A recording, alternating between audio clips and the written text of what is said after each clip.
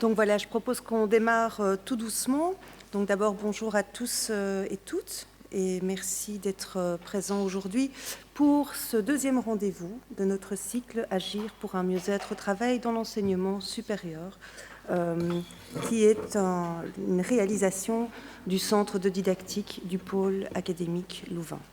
Alors, ce cycle de journée ou de demi-journée de formation a démarré la semaine dernière par une conférence inaugurale et va donc se poursuivre pour différents rendez-vous sous la même forme qu'aujourd'hui, à savoir des matinées de travail composées d'une mini-conférence et ensuite d'ateliers. Alors la mini-conférence d'aujourd'hui, puisque on l'appelle mini non pas par rapport à l'impact qu'elle peut avoir ou à sa qualité, mais bien par rapport à la durée de la présentation qui est de plus ou moins 45 minutes. Donc la mini-conférence d'aujourd'hui s'intitule « Créer des synergies pour un bien-être collectif » et vous sera présentée par Monsieur Dubois. Alors à l'issue de cette présentation, les ateliers vont démarrer au 3e étage. Et donc, vous avez 2 locaux qui se trouvent à cet endroit. Et donc, vous vous rendez dans votre atelier.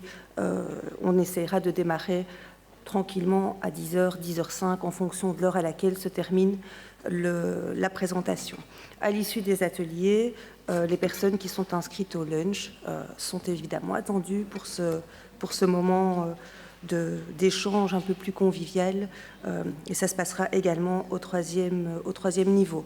Alors pour le reste du cycle, nous avons encore une demi-journée le 1er avril, une demi-journée le 26 avril et une journée le 29 avril. Alors pour ces 3 journées, il reste encore des places, y compris pour les conférences et pour les ateliers. Je crois qu'il n'y a qu'un atelier qui est vraiment complet, et il y a des places qui se sont libérées. Donc, si vous n'êtes pas inscrit et que les thèmes vous intéressent, n'hésitez pas à vous inscrire. Alors, aujourd'hui, notre conférencier est Éric Dubois, qui est formateur, coach et coordinateur au sein du Centre pour la formation et l'intervention psychosociologique. Il est détenteur d'un Executive Master in Business Coaching et d'un certificat interuniversitaire en gestion de la formation et du changement. Il est donc certifié coach, assesseur EFQM, qui est donc le modèle européen de l'excellence opérationnelle et managériale, et Internal Control Specialist. Et donc, M. Dubois est également, pour la petite histoire, colonel d'aviation, expert en management de la performance organisationnelle et maîtrise participative du risque au sein du Collège de défense et de l'état-major de la défense, ainsi qu'au sein de l'école IGS RH à Paris et à Lyon. Donc, mon colonel, je vous passe la parole et nous sommes impatients de vous entendre. Merci. Donc, bonjour à toutes, bonjour à tous. Alors, pour la petite histoire, colonel, dans le cadre de réserve, mon service actif est terminé depuis un petit moment, mais donc je continue à servir au sein du Collège de défense sur le sujet. Et donc, avec évidemment une étiquette, je dirais, de praticien. Je ne suis pas chercheur. Donc, ce que je vais partager avec vous aujourd'hui, c'est sous l'angle du praticien qui, certes, s'empare de ce que les chercheurs mettent à ma disposition, ainsi que d'autres de mes collègues. Et puis, nous pratiquons, et puis nous observons, etc. Donc, il y aura bien sûr un mélange d'apports théoriques, et puis il y aura bien sûr un mélange aussi d'observation de terrain, voilà, ou de perception ou d'interprétation. Alors, les solutions institutionnelles, créer des synergies pour un bien-être collectif, évidemment, c'est tout un défi, parce que une mini-conférence en 45 minutes, alors que c'est un gros sujet. Alors créer des synergies pour un bien-être collectif, on va essayer de définir ce qu'on entend par là. Et donc, tout d'abord, en essayant de poser le problème au départ. Donc, de quoi parlons-nous ? Alors, c'est bien évidemment de se replonger tout d'abord un petit peu dans le dictionnaire et dans des définitions qui sont partagées, entre autres, par l'OMS concernant le bien-être. Qu'est-ce que c'est que le bien-être ? Et on nous dit du bien-être qu'il s'agit d'un état d'esprit caractérisé par une harmonie satisfaisante entre, d'un côté, les aptitudes, les besoins et les aspirations du travailleur, Et de l'autre côté, les contraintes et les possibilités du milieu de travail.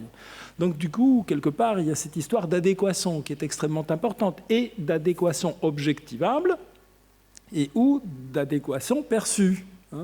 Donc on voit là directement le rôle que l'on pourrait jouer quant au fait effectivement de créer en partie ou de concourir à créer cette adéquation, ou en tout cas de concourir à créer cette perception d'adéquation. Alors, le collectif, évidemment, qui concerne toutes les personnes d'un groupe déterminé, et on va en reparler tout à l'heure, évidemment, le groupe précis, sont les enseignants et les dirigeants de l'enseignement supérieur. Alors, évidemment, la synergie, évidemment, c'est 1 + 1 = 3.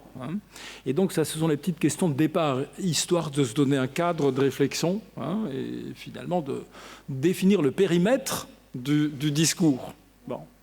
Et alors, il faut aussi se poser la question du champ d'action ou des champs d'action. Et c'est ainsi que j'ai invité quelques petits personnages à se mettre en réflexion avec nous, ou plutôt, je vais vous inviter à partager la réflexion de ces petits personnages qui, il y a très longtemps déjà, se sont interrogés par rapport à ce bien-être collectif, par rapport à ces synergies, et donc qui sont posés des questions, entre autres, très basiques, mais résoudre les problèmes, c'est parfois ça aussi, c'est parfois aussi revenir sur le plancher des vaches et penser à des solutions concrètes. Et on voit ces petits personnages qui sont occupés à travailler de façon très dure pour tirer quelque part une charge lourde avec des roues carrées, évidemment, ce qui ne les aide pas. Puis l'un d'entre eux propose des roues rondes et on n'a pas vraiment envie de l'écouter parce qu'on est tellement le nez, pas dans le guidon en ce qui les concerne, mais le nez dans le labeur, qu'il ne s'interroge pas par rapport au fait qu'il soit possible de faire autrement et de faire de façon peut-être un petit peu plus agréable afin de générer un bien-être plus important. Alors donc du coup, ces petits personnages, en tout cas celui qui propose les roues rondes, s'interroge par rapport au champ d'action. Est-ce qu'on va agir sur le champ individuel parce qu'il pourrait essayer de convaincre l'un des deux tracteurs de cette charge énorme de rochers? Il pourrait se mettre en réflexion avec lui. Il pourrait travailler sur le champ interpersonnel. Du coup, s'il se met en interaction et s'il dialogue, il se rend déjà sur le champ interpersonnel. Sur le plan groupal aussi, est-ce qu'on va travailler sur la dimension équipe ou aussi sur le plan institutionnel? Il est possible qu'après cela, ils reviennent vers le conseil des sages de la tribu et donc ils se mettent tous en réflexion ensemble quant à ce qu'il serait possible de faire au niveau de l'institution, au niveau de la tribu, et pas seulement uniquement au niveau des personnes et au niveau des petits groupes. Alors, évidemment, il y a vaste communicant par rapport à tout ça, car son travail auprès des personnes, on peut imaginer qu'on influence en partie ce qui se passe entre les personnes au niveau des équipes et au niveau de l'institution. L'inverse étant vrai, la question qui m'était adressée se situait au niveau des solutions institutionnelles. Donc, du coup, le discours que je vais tenir pendant les minutes qui vont suivre est quand même centré sur ces solutions institutionnelles, donc sur le champ institutionnel, sur le périmètre institutionnel. Donc, et afin de créer des synergies pour un bien-être collectif, visant qui? Visant vous, visant les acteurs de l'enseignement supérieur. Alors, nous savons que lorsqu'on a bien posé le problème, on a déjà résolu en partie. Alors, au lieu de plonger directement dans des solutions, je vais vous proposer d'abord d'entrer dans une étape d'analyse et de clarification des situations que vous vivez, ce qui nous semble fort important. Parce que plonger directement dans la pratique, ça serait peut-être oublier toute une série de choses, oublier toute une série de composantes, oublier toute une série de facteurs. Et donc, il nous semble important de comprendre le système. Donc, d'entreprendre une démarche d'analyse du système. Et pour cela, nous avons toute une série de références. Je vous parlais tout à l'heure d'apports pratiques, d'observations, je vous parlais aussi d'apports théoriques. Évidemment, nous avons toute une série d'auteurs, et puis d'autres encore qui ne sont pas cités sur la diapo, mais qui viennent à notre secours. Et parmi eux, nous avons évidemment Crozier, nous avons Mintzberg, nous avons Boltanski et Thévenot avec les mondes, les cités et les mondes. Nous avons Hofstede avec les dimensions dont nous reparlerons après. Nous avons Autissier, relatif, entre autres, à la conduite et l'accompagnement du changement. Nous avons Alain Vasse, qui est l'auteur, parmi d'autres choses, d'un livre extrêmement intéressant relatif aux différents courants théoriques relatifs à la conduite et l'accompagnement du changement. Nous avons aussi Pichot. Nous avons aussi Jerry Johnson à propos de la stratégie des grands groupes et des grandes structures. Et j'en passe. On pourrait en citer encore beaucoup d'autres. On pourrait venir sur Clausewitz, on pourrait venir sur Sun Tzu, on pourrait parler de César. Ils nous disent des choses très intéressantes. Mais bon, résumons-nous aussi, et restons peut-être sur des auteurs récents. Alors, les questions qu'il nous semble bon de nous poser dans ce contexte-là, c'est quelles ambitions a cette institution et sur quel navire navigue-t-elle et sur quel océan? Donc ça me semble fort important. Madame tout à l'heure évoquait le fait que j'intervienne dans une école de gestion de ressources humaines. C'est une des premières choses que j'adresse aux étudiants, c'est tout ce que vous allez mettre en place dans le futur, et là dans le cadre des cas que vous allez étudier, puis dans le futur dans le cadre de vos pratiques managériales. Du coup, ça doit tenir compte de l'océan sur lequel vous naviguez. Ça doit tenir compte aussi des capacités du navire et de l'équipage. Et puis ça doit tenir compte aussi de l'ambition. L'exemple dramatique que nous avons tous en mémoire et qui date de plus d'un siècle maintenant, c'est l'histoire du Titanic. Ambition démesurée, analyse environnementale totalement erronée. On a oublié que les icebergs dérivaient dans la région de Terre-Neuve, et analyse capacitaire totalement surestimée. Résultat du calcul, je ne sais plus combien de centaines, voire de milliers de morts. Bon. Donc du coup, je pense que c'est important de prendre tout cela en compte. On a quelle ambition, on a quelle capacité, et on a quel océan en face de nous, prévisible ou pas. Donc, et ça, quelque part, sont les questions qu'on pourrait peut-être inviter M. Cros à se poser, qui ne se posait certainement pas, puisqu'il était occupé évidemment avec ses roues rondes. Mais on pourrait l'inviter aussi à se poser des questions du navire. Et la métaphore du navire me semble importante à avoir à l'esprit. Alors, si nous voulons comprendre le système, et si nous voulons parler sur le champ de l'ambition, du champ de l'ambition en question, donc il est important, et là c'est du jargon stratégique que j'emprunte à Jerry Johnson, c'est l'intention stratégique. Quelle est notre intention stratégique, nous, en tant qu'acteurs de l'enseignement supérieur? Quelle est notre mission? C'est-à-dire, quelle est la raison d'être de notre institution, la raison d'être de notre action, la raison d'être de notre groupe? Nous servons à quoi? Quelle est notre vision? On veut aller vers où? Qu'est-ce que nous souhaitons que notre action soit demain, puis après-demain? Qu'est-ce que nous souhaitons qu'elle apporte comme plus-value, comme richesse à nos bénéficiaires, c'est-à-dire les étudiants, leurs familles, la société, etc. Quelles sont nos valeurs? C'est-à-dire en bref, ce que nous souhaitons respecter ou à tout le moins ne pas transgresser.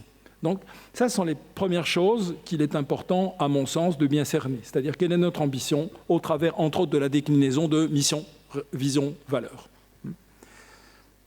Ensuite, si on veut pousser plus avant l'exploration du système, eh bien donc, je parlais de l'océan, je pense qu'il est important d'explorer les tendances environnementales. Dans quel environnement naviguons-nous? De quoi sont faites les vagues de cette mer, de cet océan sur lequel notre bateau avance? Alors, pour ça, on pourrait faire appel à des modèles que certains d'entre vous connaissent, d'autres peut-être moins. Je ne sais pas exactement quelles sont vos spécificités. Mais on pourrait parler du modèle Pestel, du modèle des 5 forces de Porter, avec entre autres, quelles sont les grosses tendances sur le champ politique, quelles sont les grosses tendances sur le champ économique, sociologique, écologique, légal. Parce qu'il y a des tas de réponses à aller chercher là-dedans. Les solutions institutionnelles, les synergies pour un bien-être collectif qui, les acteurs de l'enseignement supérieur. Donc du coup, il faut, si on veut mettre en œuvre des solutions qui sont jouables, il est important de tenir compte de tout cela. Pensons par exemple sur le champ sociologique, pensons à l'évolution des mentalités. Vous savez très bien que les étudiants que vous avez en amphi aujourd'hui ou dans les TP n'ont pas nécessairement le même rapport au savoir, le même rapport à comment apprendre, le même rapport à l'autorité que des personnes de ma génération, je vais avoir 60 ans dans 3 mois, ont ou avaient. Moi, je le vois bien, par exemple, il y a 10 ans, quand on a commencé à me confier une mission d'enseignement dans cette école de GRH, je donnais un petit peu, peut-être un peu trop, d'ex-cathedra. Je me suis rendu compte rapidement que ce n'était pas tout à fait adéquat, mais j'ai le sentiment que ça évolue encore plus, à tel point que là, j'ai réduit les temps de parole, donc les exposés magistraux relativement pas grand-chose, et puis je leur donne des missions de recherche, et puis je valide, j'invalide, etc. Bon, alors peut-être que je me trompe quand je fais ça, mais en attendant, je partage, mais je partage vraisemblablement des observations que vous faites aussi, en tout cas, peut-être pas quant aux solutions, mais quant à ce rapport à l'apprentissage, aux canaux d'apprentissage, aux sources, etc., qui sont différents. Bon. Sur le plan écologique, sur le plan légal, et puis si je fais appel au modèle des 5 forces de Porter, quels sont les substituts? Parce que dans votre monde, et que je partage en partie avec vous, quels sont les substituts par rapport à l'enseignement tel que nous le connaissons aujourd'hui? Est-ce qu'il serait possible d'apprendre via d'autres canaux, autrement, via d'autres formules, etc. C'est pas impossible. Donc, et qui sont les concurrents aussi? Parce que, immanquablement, même si vous ne vivez pas et vous n'agissez pas dans le monde marchand, vous n'échappez pas à la logique de concurrence, immanquablement. Et donc, c'est le fait de bien percevoir ces éléments du contexte, ces éléments de l'environnement, ces éléments de l'océan, la nature des vagues et la nature des courants, qui va vraisemblablement permettre d'avoir une meilleure compréhension de ce qui se passe en interne et donc de faire des choix certainement pertinents quant à ces histoires de solutions institutionnelles pour créer des synergies pour un bien-être collectif.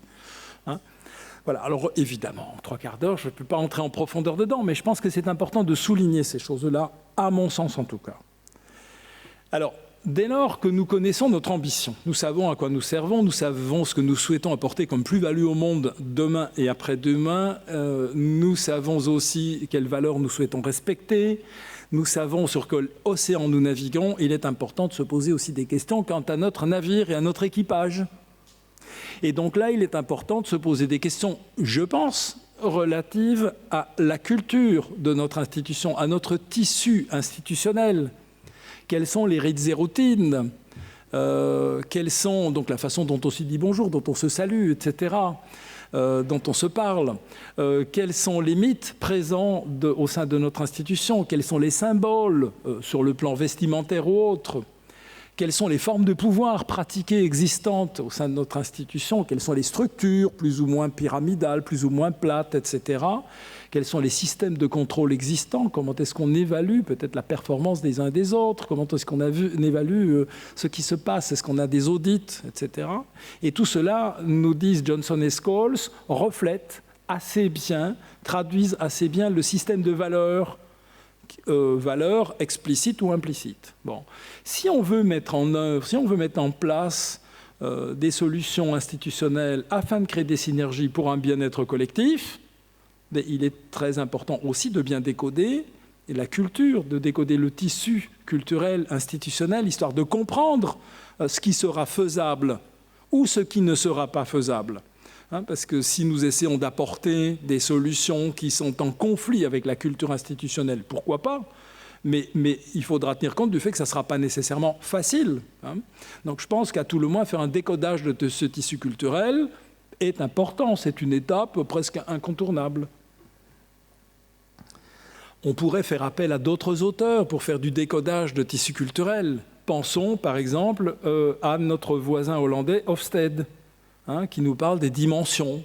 Il nous dit qu'il est possible de lire une culture institutionnelle en essayant de positionner le ou les curseurs sur une série d'axes. Est-ce que notre culture est plutôt dans le collectif ou dans l'individu?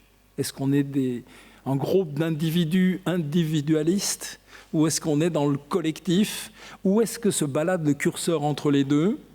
Parce que si nous sommes dans une culture de l'individu, voire de l'individualisme, il est possible que les synergies pour un bien-être collectif ne se mettent pas en place très facilement.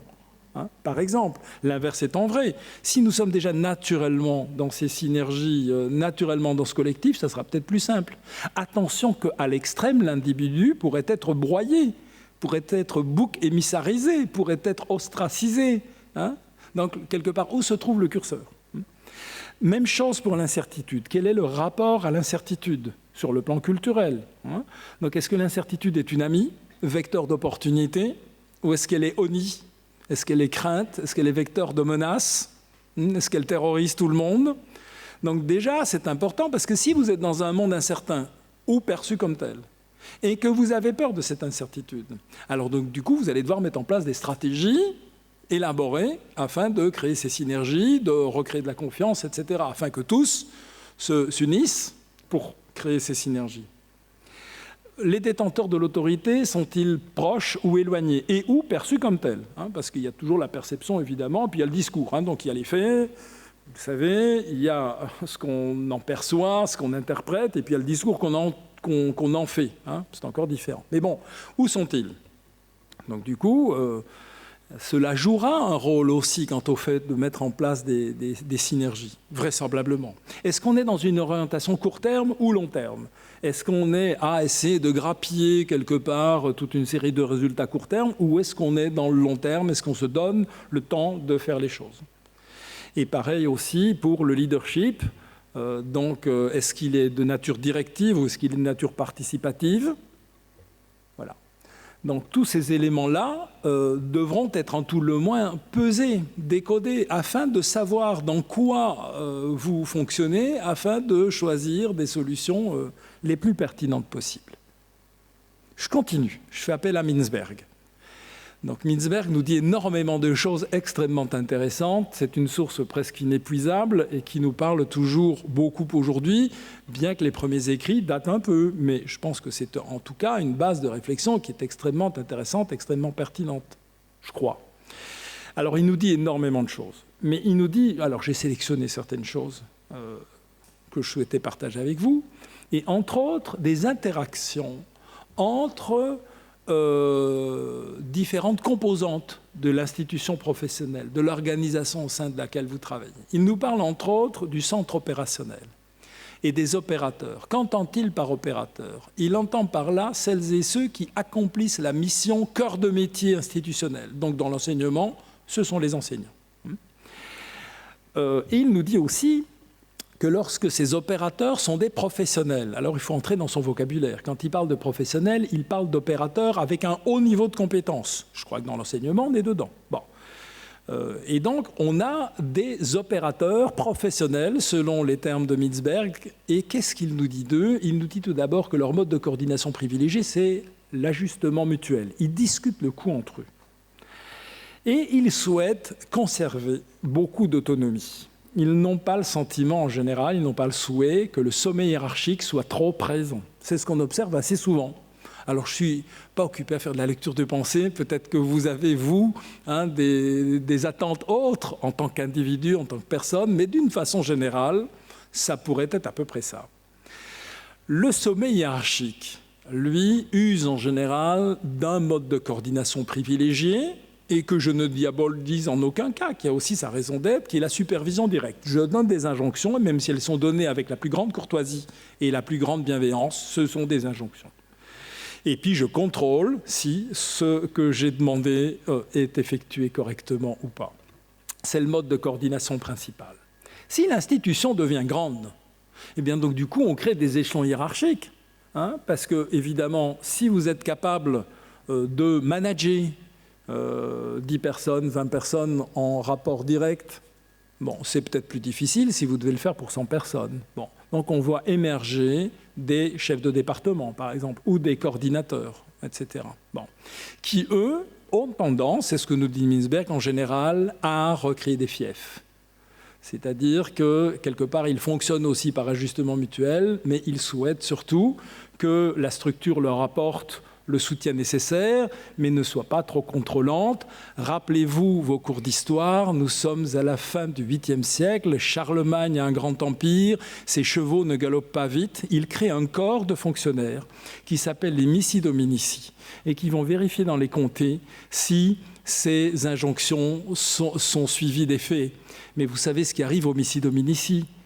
Les missi dominici étaient très souvent égorgés à l'orée du bois, de retour de mission, parce qu'on n'avait pas envie qu'ils viennent raconter à l'empereur ce qu'ils avaient vu. Bon, ça c'est une autre petite histoire. Mais donc ça veut dire que, quelque part, ces chefs de département, ces coordinateurs, et je ne les diabolise en aucun cas, mais ont une tendance naturelle à recréer des territoires. Alors, on a d'autres composantes aussi qui sont là. Il y a ce que Mintzberg appelle le centre logistique, c'est-à-dire tous ceux qui, quelque part, apportent un support à l'institution, apportent un support au centre opérationnel et à la ligne hiérarchique, sans donner d'injonction, sans faire partie de la ligne hiérarchique et sans exercer une autorité. Ils sont là en soutien. Il y a par exemple des équipes d'entretien, mais il y a également une partie de la gestion des ressources humaines qui est en logistique, par exemple la rémunération ou les centres de formation continue. Le conseil juridique est en logistique aussi. Et puis il y a la technostructure, c'est-à-dire celles et ceux qui vont normer, qui vont standardiser des procédures, des méthodes. Dans le monde des ingénieurs en construction, c'est le bureau des plans et des méthodes, où vous avez un ingénieur senior qui dit pas aux juniors quelles injonctions ils doivent donner sur les chantiers, aux ouvriers, aux contremaîtres, mais il leur dit comment ils doivent procéder, quelles sont les méthodes qui sont d'application. Pour construire le viaduc Aubané de Millau, ou pour construire Burj Khalifa, ou pour construire d'autres grands édifices, ou de plus petits édifices.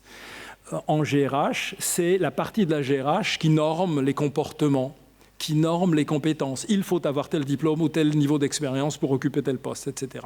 Alors tout cela devrait faire bon mariage. Et tout cela devrait être en harmonie et en synergie pour un bien-être collectif. Sauf que, vu qu'ils n'ont pas les mêmes logiques, nécessairement, qu'ils n'ont pas nécessairement les mêmes modes de coordination, ils sont quelquefois à la bataille. Et donc, créer des solutions institutionnelles afin de générer des synergies pour un bien-être collectif, pour qui? Pour tous, toutes les parties prenantes, donc tous les acteurs de l'enseignement supérieur. Ça passe aussi par le fait d'essayer de comprendre comment ces différentes composantes interagissent et essayer de les aider à avoir un langage commun et d'essayer de les aider à comprendre qu'ils concourent tous à la même chose. Mais ce n'est pas simple. Donc ça passe aussi par ça. Ça passe aussi par ce décodage-là de comment est-ce que toutes ces composantes interagissent les unes avec les autres. Je continue. Mintzberg nous parle aussi des buts. Vous savez que nous avons des buts de mission. Les buts de mission, donc en bref, si je résume très fort, ce sont les buts quelque part qui concourent à l'accomplissement de la mission. Accomplissement de la mission qui doit quelque part s'exprimer différemment si l'environnement mute. Donc ça veut dire avec l'acceptation du changement, afin non pas de se dénaturer, de s'aliéner, de toucher à notre ADN, mais afin de s'adapter aux vagues de l'océan. Et en même temps, il y a des buts dits de système, c'est-à-dire les buts, vous vous rappelez vos cours de biologie, et certains d'entre vous sont scientifiques, donc, et je vais éviter des trucs qui ne tiendraient pas la route, mais notre corps humain, nos cellules répondent au principe d'homéostasie. Les systèmes organisationnels, professionnels, humains y répondent aussi dans une large mesure. Et donc, les acteurs du système ont tendance, très souvent, à essayer de maintenir le système tel qu'il est et de ne pas laisser les mutations se mettre en œuvre. Alors, lorsque tout cela concourt à l'accomplissement de la mission, il y a harmonie entre ces buts, il y a convergence. Lorsqu'il y a tension très forte entre les buts de mission et les buts de système, en général, ça fait des frictions, ça fait du mal-être, ça fait des tensions. Donc à nouveau, il faut comprendre cela. Si vous voulez mettre en œuvre des solutions institutionnelles afin de créer des synergies pour un bien-être collectif, il faut aussi vraisemblablement essayer de décoder cela. Quels sont les buts des uns et des autres? Quels sont les buts des sous-groupes qui composent l'institution? Ça me semble être important aussi. Alors, ce faisant, j'apporte aucune solution. Je ne suis pas occupé à vous aider à résoudre les situations qui sont les vôtres, mais en même temps, je me dis qu'il est important de poser des questions. Je rappelle ce que j'évoquais au départ, c'est un credo personnel. Il est important de bien poser le problème. Quand on l'a bien posé, après, on a déjà résolu en partie. Et ceci, là, on est toujours dans le questionnement, dans les questions que je vous inviterai à vous poser dans le futur, afin précisément de poser le problème de départ le plus clairement possible. Je continue. L'étude capacitaire. Donc, on est toujours occupé, on a essayé de comprendre quelle était l'ambition, on a essayé de comprendre quel était l'océan, on essaie toujours de comprendre quel est le système et comment il fonctionne. Alors, l'étude capacitaire me semble importante aussi. L'étude capacitaire, c'est quoi? C'est la mise en évidence de nos forces et de nos faiblesses, de nos capacités dites seuil et de nos capacités dites distinctives. Les capacités seuil, c'est ce qui nous permet d'accomplir notre mission à minima. Dans l'enseignement supérieur, nous sommes de bons enseignants avec des connaissances scientifiques suffisantes et nous sommes capables de transmettre des savoirs. Les capacités distinctives, c'est ce qui fait que nous sommes quelque part, qui nous distingue précisément, qui fait que nous apportons une réelle plus-value, que nous avons un niveau plus élevé que la moyenne des institutions du même type. Au sein d'une institution d'enseignement supérieur, les capacités distinctives, ça veut dire que nous sommes capables d'apporter vraiment un gros plus. Alors ça fait partie aussi de l'histoire, cela. Hein. Ça fait partie aussi quelque part du fonctionnement du système. Quelles sont nos forces, quelles sont nos faiblesses. Et nous pourrions résumer tout cela, l'analyse de notre ambition, l'analyse de l'océan et de ses vagues, rapides, courtes, hautes, etc., et l'analyse capacitaire en une synthèse AFOM que nous nommons souvent une SWOT, Strengths, Weaknesses, Opportunities and Threats, mais qu'en français, on pourrait élégamment aussi appeler atouts, forces, opportunités et menaces. Je pense que c'est important de faire cela aussi, en tant que dirigeant, mais aussi en tant que membre du corps enseignant, parce que ça nous permet d'avoir une meilleure compréhension de ce qui est possible ou pas possible, de ce qui est nécessaire ou de ce qui n'est pas nécessaire. Jerry Johnson, qui entre autres est l'auteur du livre Stratégique, paru chez Pearson, écrit tout d'abord en anglais, puis traduit en français. Jerry Johnson est anglais, il n'est pas américain.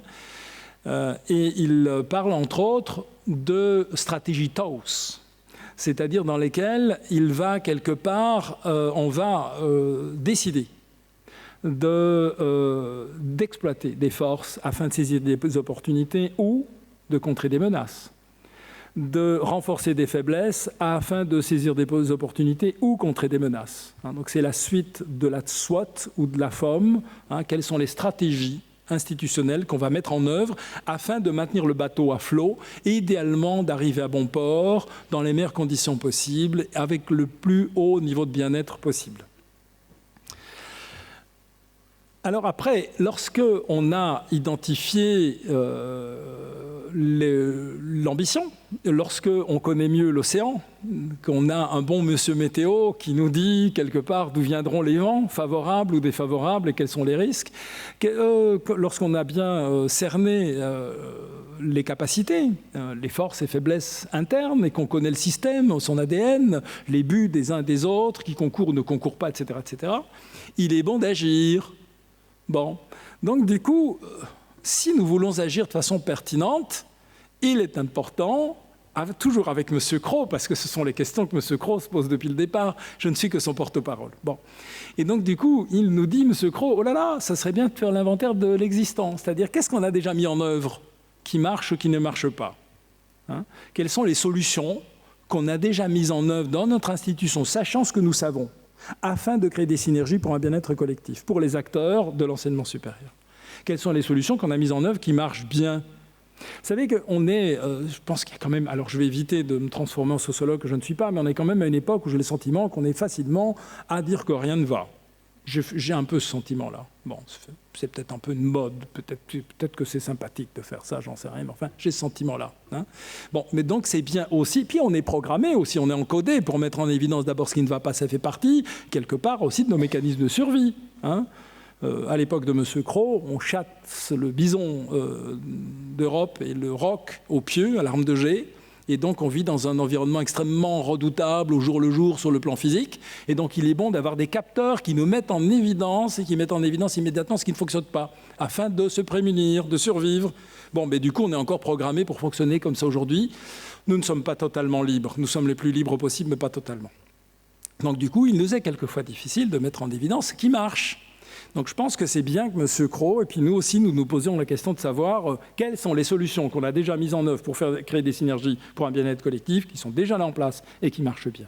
Je pense que c'est important de faire dans l'inventaire de l'existant aussi l'inventaire de ce qui marche. Mais aussi, quels sont les problèmes qui subsistent et quelles sont les tentatives peu porteuses. Je fais appel au vocabulaire de Palo Alto. Donc quelles sont les tentatives de résolution, les choses qui ne marchent pas, ou qui ne marchent pas trop, qu'il faudrait peut-être éviter de reproduire pour faire toujours plus de la même chose et donc de concourir à l'entretien du système ou de voir au renforcement du système qui ne fonctionne pas bien. Puis quels sont les grands projets. Donc je pense que dès lors qu'on a fait un bon travail d'analyse, qu'on a mieux cerné ce qui se passe, ce qui se trame, et qu'on veut agir, il faut aussi passer par l'étape d'inventaire de l'existant, l'exploration et l'inventaire de l'existant. Et aussi de se projeter dans le futur, aussi une démarche prospective, c'est-à-dire qu'est-ce qu'on veut dans le futur. Alors, il serait bon aussi, à mon sens, et je ne fais que partager des sentiments avec vous, de s'interroger quant au style de gouvernance. Est-ce que le style de leadership L'expression du leadership est plutôt de nature directive, consultative, participative, délégative. Est-ce qu'on donne du sens? Est-ce qu'on planifie? Est-ce qu'on organise? Est-ce qu'on développe la confiance? Je ne diabolise rien. Je n'ai personnellement rien contre le style directif, ni contre le style participatif, ni contre le style délégatif, ni consultatif. Le tout, c'est de savoir ce qu'ils apportent comme plus-value ou comme moins-value, dans un contexte donné, à un moment donné. Alors, histoire de partager quand même des pistes concrètes, car comme évoqué en début d'intervention, moi j'ai une part d'activité comme enseignant, j'ai une part d'activité qui est très importante comme intervenant, surtout en secteur public et en secteur associatif. Le CFIP est fortement impliqué dans ce contexte-là, et donc nous accompagnons entre autres des structures communales, par exemple, mais nous accompagnons aussi des directions d'établissements d'enseignement. Et donc, qu'est-ce que nous faisons? Nous préconisons aussi ou nous accompagnons la mise en œuvre de projets qualitatifs, participatifs. Nous travaillons aussi sur le fait de créer des cartographies d'entraide. On veut aboutir, on veut arriver à quelque chose. Il serait peut-être bien de mettre en évidence comment on devrait relier les objectifs des uns, des unes et des autres. Parce que si moi je veux aboutir seul, je ne vais peut-être pas y arriver. Par contre, si nous arrivons à mettre en évidence les soutiens nécessaires émanant des autres acteurs de l'enseignement, dirigeants et autres enseignants, à ce moment-là, on va cartographier. On fait même des dessins par rapport à ça, c'est très intéressant. On prend le flip chart, on prend un marqueur et on dessine, on fait la cartographie, on fait le dessin des entraides nécessaires. On est quelquefois extrêmement surpris de voir que les uns et les unes et les autres dessinent des entraides, des besoins d'entraide de façon extrêmement plurielle et se rendent compte en une matinée qu'ils ne vont pas y arriver sans les autres. Et donc ça, ce sont des pratiques qui sont très intéressantes. Est-ce qu'on va faire du co-développement? Faisons appel à Paillettes et Champagne, que je n'ai pas cité tout à l'heure, par exemple. Est-ce qu'on va mettre en place des groupes de pairs de co-développement? Faisons appel à Pernou aussi, qui préconise dans le monde de l'enseignement l'apprentissage par l'analyse des pratiques en groupe et la mise en œuvre de groupes de co-développement entre pairs. Et c'est certainement très porteur pour créer des synergies. Créer des espaces de parole en étant force de proposition. Alors j'ai fait un petit jeu de mots avec sage, des propositions simples, sages, mais simples, accessibles, gagnant-gagnant, efficaces, c'est-à-dire dépasser l'expression du ressenti, dépasser le feedback, pour entrer, et excusez le néologisme, pour entrer dans la logique du feed-forward. C'est-à-dire dire, voilà, ok, on a partagé notre pressenti, notre sentiment, notre bien-être ou notre mal-être, voilà ce que nous proposons. Nous sommes force de proposition. Puis des groupes de travail avec mission, valeurs, comportement, c'est-à-dire ensemble, on identifie mission, valeurs, et puis on réfléchit ensemble au comportement qui serait porteur de synergie et porteur de bien-être. Je continue. Il y a des tas d'autres démarches qui sont extrêmement intéressantes, comme par exemple, si on veut créer du bien-être, travailler en groupe sur des études d'événements critiques et des choix d'action de maîtrise pour améliorer les choses. On choisit un événement critique et on l'explore ensemble de façon méthodique, avec entre autres l'appel à la représentation visuelle d'Ishikawa, par exemple. La démarche chez FQM, on a évoqué tout à l'heure le fait que je travaille sur le modèle de la Fondation européenne pour le management de la qualité. C'est une démarche assez intéressante qu'on ne peut pas explorer là en quelques minutes parce qu'il faudrait 2-3 jours pour entrer dedans, mais c'est un modèle très intéressant. Et également, et ça c'est très intéressant, la méthode Soban avec les questionnaires d'EPARIS, dont le professeur Malcher est, je dirais, l'auteur principal, en tout cas au départ, avec des questionnaires qui nous permettent ensemble d'identifier les choses à améliorer afin que tout fonctionne bien. Donc ce sont tous des outils, des vecteurs, des méthodes qui permettent de se mettre en intelligence collective afin de trouver des solutions ensemble et ce faisant de facto de se mettre en synergie. Pour un bien-être, car lorsqu'on parle des questionnaires d'EPARIS, donc des PARIS pour dépistage participatif des risques. Rien à voir avec la ville. Hein. Des PARIS, dépistage participatif des risques. Et c'est Académie Louvain. Hein, c'est l'UCL. Hein. Donc ça me semble quand même très intéressant. C'est né ici. Hein. Donc moi j'enseigne, je suis citoyen belge, mais j'enseigne sur Paris par le hasard de la vie. Mais donc j'exporte aussi auprès des étudiants qui sont des futurs gestionnaires et directeurs et directrices de ressources humaines les questionnaires des PARIS du professeur Malcher. Je pense qu'ils sont très pertinents et je leur dis mais explorez cela quand vous serez de retour en stage dans vos entreprises plutôt que d'utiliser des méthodes très compliquées que personne ne comprend. Là c'est limpide, ça vaut la peine d'entrer dedans. Aussi, les rôles délégués, la circularité d'Alain Cardon. On travaille en équipe, on travaille en groupe de travail, on travaille en réunion, on délègue une série de rôles et chacun est coporteur de la réunion. J'ai eu l'occasion de travailler, entre autres, avec des directeurs d'écoles primaires alors sur cette méthode-là et qui en étaient ravis. Parce que du coup, les enseignants, les instituteurs portaient les réunions au lieu que le directeur tire tout, comme nos deux petits bonshommes qui tirent tout avec leur roue carré. Les 5 forces de changement du Pichot. Pichot, c'est l'université de Liège, très intéressant aussi. Alors, on ne va pas entrer dedans en profondeur, mais il nous dit qu'il faut une bonne ingénierie, bien organiser les choses. Si on veut mettre en place et créer des synergies, il faut tenir compte des évolutions de l'environnement, tenir compte des enjeux des acteurs. Il faut un peu de Crozier en même temps. Il faut tenir compte également du passé auquel on est lié et il faut donner du sens ensemble, force interprétativiste. Il y a aussi les positions perceptuelles d'Édouard de Bonneau, c'est très intéressant. Édouard de Bonneau qui nous dit, comme Platon dans la République, avec ces forçats qui travaillent dans la grotte, qu'on ne voit qu'une partie du monde.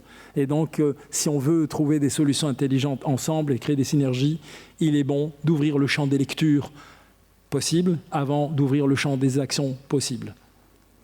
Et enfin, un petit partage, car le temps commence à être compté. Je pense qu'il reste à peu près 5 minutes. On a commencé à peu près 7 minutes en retard, donc je vais essayer de clôturer dans les 5 minutes. Je voudrais partager avec vous une intervention que j'ai réalisée au sein du CFIP, donc en tant que coach au sein du CFIP. Je ne peux pas la citer parce que toutes les missions d'accompagnement, de coaching sont sous le couvert de la confidentialité, mais en tout cas sans citer, en préservant l'anonymat, par respect pour les personnes et l'institution, je vais quand même dire qu'il s'agit d'une pharmacie, d'une institution hospitalière universitaire. Et avec grande pertinence, la directrice de cette pharmacie, grosse pharmacie, parce qu'on parle de dizaines au pluriel de pharmaciens, assistants et manutentionnaires, avait constaté qu'il y avait une baisse de la qualité, de la performance qualitative et qu'il y avait du mal-être au sein de sa grande équipe. Et donc, elle a souhaité être accompagnée pour l'aider à trouver des solutions. Et entre autres, et c'est une mission qui se termine la semaine prochaine, c'est une mission qui a duré presque 1 an total, donc le CFIP a accompagné en équipe, et moi j'étais le coordinateur de l'équipe de coach, cette équipe de pharmaciens et assistants. Et on a travaillé entre autres sur quelles sont vos valeurs, et quels sont les exemples positifs vécus. On est allé d'abord vers le vécu positif, histoire quelque part de créer une dynamique positive au départ. Et puis, nous étions moteurs quant à la méthode. Nous étions également garants du respect du modus vivendi créé au départ, c'est-à-dire les règles de respect mutuel et de sécurité au sein des groupes, de bonne dynamique de groupe. Puis, ils ont choisi des comportements qui seraient de nature à bien refléter ces valeurs, à les aider à les vivre tous ensemble dans l'harmonie. Et puis, donc, on a travaillé après, parce que vous savez que travailler sur l'habitus, travailler sur nos schèmes, inhiber des schèmes anciens, en créer de nouveaux, ça prend du temps. Et donc, nous les avons accompagnés sur la mise en œuvre de cela. Et ça ne s'est pas passé facilement, car il y avait des retours en arrière, etc. On a travaillé sur les facteurs de succès afin que ces comportements prennent vraiment vie et soient progressivement automatisés. Et on a avancé, ce faisant, jusqu'à l'atteinte d'une amélioration notoire, sans arriver dans un monde parfait, qui du reste, à mon sens, n'existe pas ici en tout cas.